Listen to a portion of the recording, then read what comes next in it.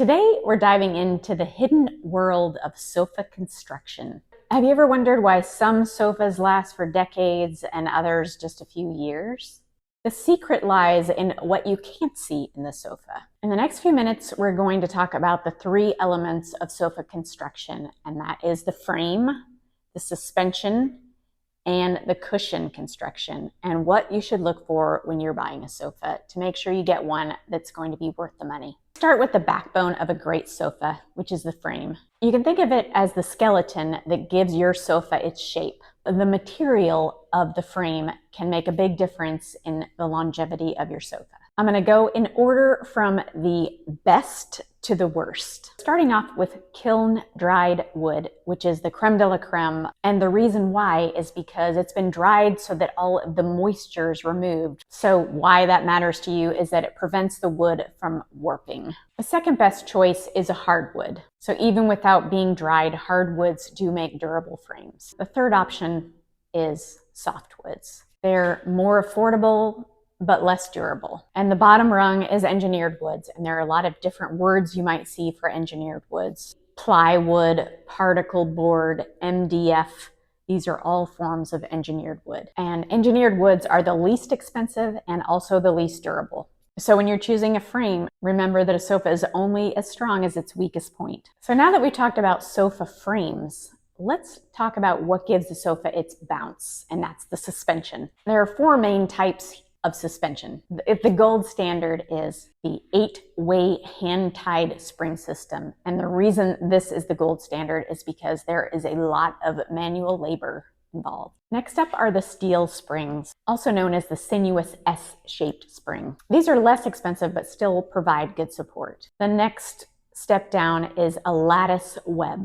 And the lattice is made of interwoven elastic bands. So this is a really budget-friendly option, but it can sag over time. And the bottom level is the drop-in unit of springs. It's a pre-made spring system that you just drop in. So this one is used a lot because it's easy to install. So remember, the frame works hand in hand with the suspension. So now let's talk about the third thing, which is the cushion construction. And most high-end sofas have some element of down.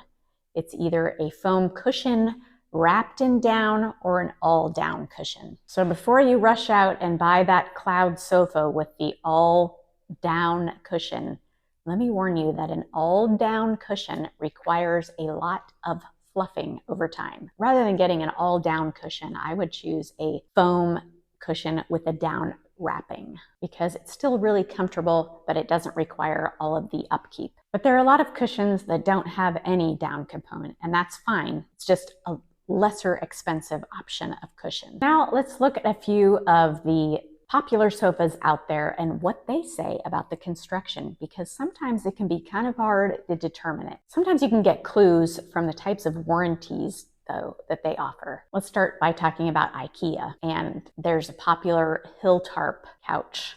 When you look at the construction of this couch, you're going to see a combination of hardwood, engineered wood. It's really hard to tell what is made of what.